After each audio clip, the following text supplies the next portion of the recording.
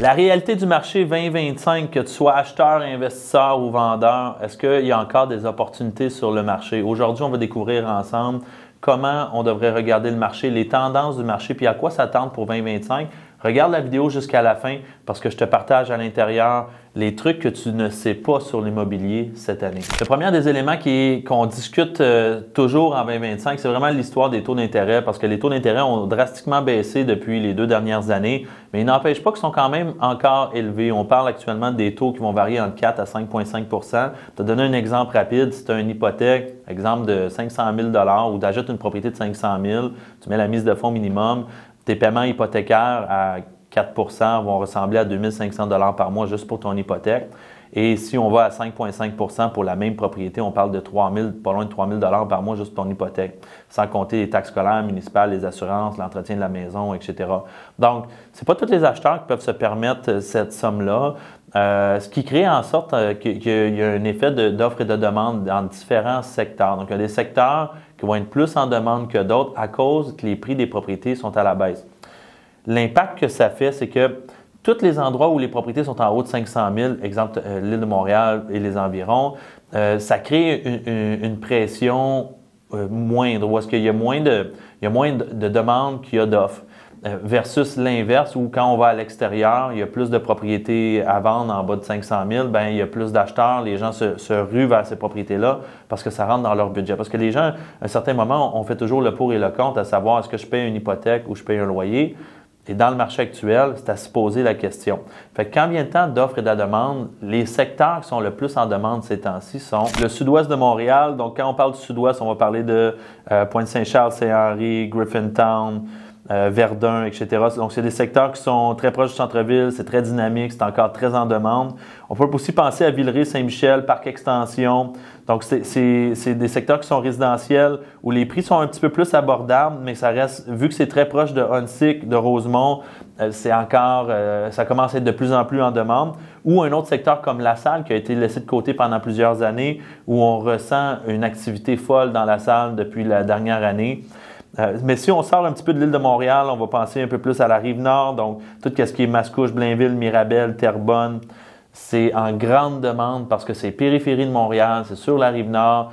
Il y a beaucoup de familles qui se dirigent, qui aimeraient acheter à Montréal, mais c'est trop dispendieux, donc ils se dirigent juste en périphérie, tout comme la Rive-Sud, où on peut penser à Brossard, Longueuil, Châteauguay. Fait que, si toi, tu es à la recherche d'une propriété en ce moment, puis tu regardes, puis tu te dis, comment je vais faire pour acheter cette année? Rassure-toi parce que le gouvernement a mis en place des incitatifs, dont 3 spécifiques auxquels je vais te parler aujourd'hui, qui viennent alléger un peu le fardeau d'un acheteur pour permettre l'accession à la propriété puis le rendre un peu plus facile. Donc, le premier des gros changements a eu lieu le 15 décembre 2024, où on a prolongé l'amortissement d'un prêt hypothécaire. Donc, au lieu d'être pour une première propriété, bien sûr, là, au lieu d'être sur 25 ans, on a permis au premier acheteur d'une propriété neuve ou une propriété usagée d'aller sur un prêt de 30 ans maintenant. Juste pour te donner un exemple là, de différence, c'est que au lieu d'avoir ton hypothèque sur 25 ans, tu l'as sur 30 ans, ça fait une différence de plus ou moins, selon l'hypothèque que tu vas prendre, 200-300 $ par mois de moins que ça te coûterait. Oui, bien sûr, un amortissement est plus long, donc il y a plus d'intérêts à payer, mais la réalité des choses, c'est que le marché immobilier grandit beaucoup plus vite que les intérêts que tu vas payer à chaque année. Donc, même si jamais tu mets ton prêt sur 30 ans, si tu achètes une propriété dans un bon secteur ou une bonne propriété, elle va prendre plus de valeur que ce que ça va te coûter à la fin de la journée pour mettre ton prêt sur 30 ans. Le deuxième des incitatifs qui a été mis en place, en fait, c'est l'augmentation de la limite pour les prêts assurés. Donc, quand tu achètes ta première propriété, avant, il y avait un plafond à 1 million de $.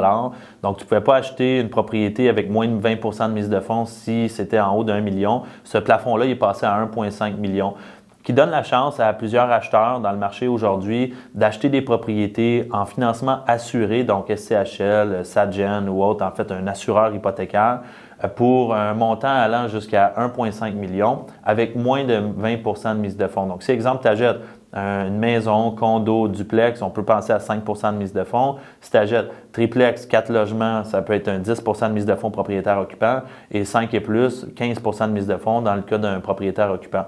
Il y a d'autres restrictions au point de vue mise de fonds nécessaires, mais ça te donne quand même un petit barème. Puis le troisième des éléments qui a changé, qui va avoir un impact aussi, c'est que Le gouvernement a mis en place où est-ce que quand tu as un prêt assuré, CHL ou SAGEN, là, pour donner deux exemples rapidement, anciennement, quand tu refinançais, tu étais obligé de continuer avec le même prêteur avec qui tu étais engagé. Maintenant, tu n'es plus obligé de rester avec le même prêteur. Donc, au moment d'un refinancement, tu peux changer de prêteur. Ce que ça fait, c'est que ça crée plus de concurrence auprès des créanciers à te donner le meilleur taux hypothécaire et les meilleures conditions pour ton prêt. Mais plus loin que ça, c'est que anciennement, quand tu refinançais, tu étais aussi obligé de te requalifier selon le stress test, un test de résistance qu'ils appelaient. Maintenant, ça a été aboli. Tu n'as plus besoin de te requalifier avec le test de résistance. Tu as été approuvé, on t'accepte par la suite.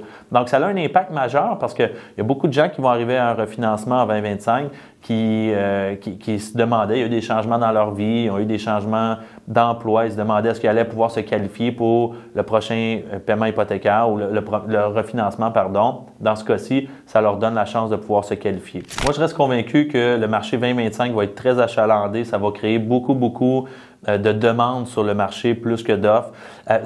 Ça veut dire, en fait, là, c'est que on va avoir un marché qui ne sera pas aussi chaud que durant la COVID, mais il va quand même être très achalandé. Donc, ça ne veut pas dire qu'il n'y a pas d'opportunité pour toi, par exemple. Des fois, c'est juste qu'on n'a pas les bons outils pour être capable de bien cibler les opportunités ou on n'a pas les bonnes personnes qui nous guident dans le processus. Donc, si tu as envie de mettre en place un plan de match pour te permettre d'acheter une propriété cette année et de payer le moins cher possible, écris-moi un message qu'on puisse réviser ton projet ensemble.